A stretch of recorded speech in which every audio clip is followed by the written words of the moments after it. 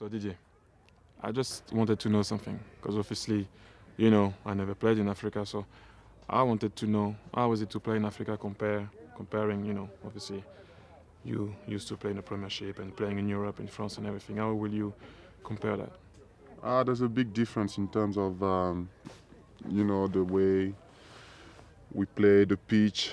The pitch sometimes is really hard, and compared to the pitches in Europe, where it's always wet, so it's really Where difficult. you have grass actually over there, sometimes Yeah, you where you don't. have grass in some countries you play without even grass, and the temperature there is crazy. Sometimes you can go to 40, 45 degrees in the afternoon. So can you imagine? You have to drink a lot of water and to make some runs for 90 minutes. It's very difficult. I know obviously you have two passports, the French one and the one from Ivory Coast. So what made you choose the Ivory Coast instead of the French team? First of all, I'm born in Ivory Coast. I was born in Ivory Coast, and I had the chance to move to France when I was 6 years old.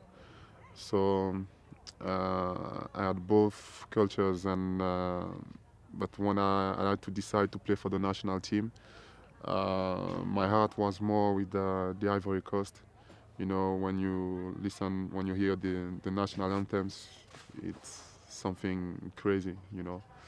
So it was just natural, even though it would have been a great pleasure to play with you in the French national team. But you know, I think the experiences I'm having with the Ivory Coast national team are really fantastic and It mu- unforgettable. it must be amazing because how is it to wear that jersey? Because for me, I grew up in France. I played in France, and it's not like a big deal to leave Spain to go back to France. But for you guys, I know going back to Africa and wearing that jersey, and coming there, the guys are always like crazy to see you. Yeah, they're crazy to see us because we don't go there often. Maybe once every 2 or 3 months, and because they see all the games, the Champions League and everything. So when we come back, they're really excited and they want to show us their love, their support.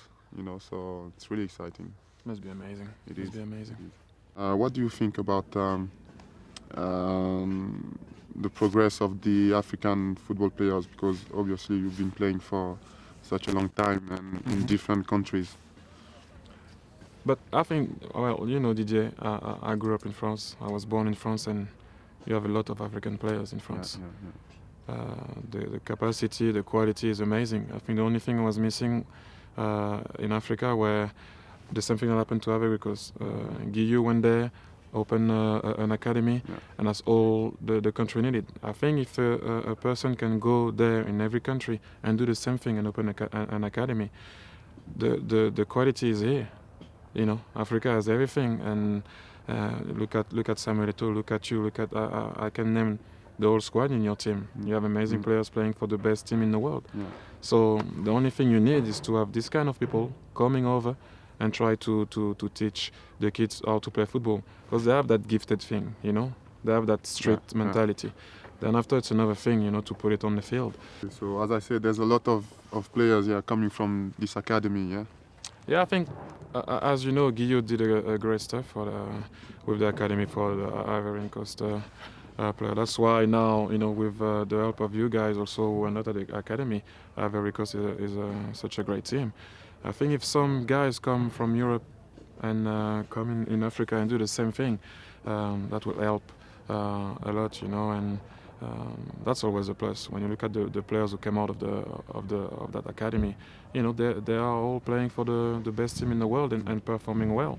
So I don't see why it cannot be done in another country. Now it has to be up to some guys to come here and commit to the cause. Thank you very much.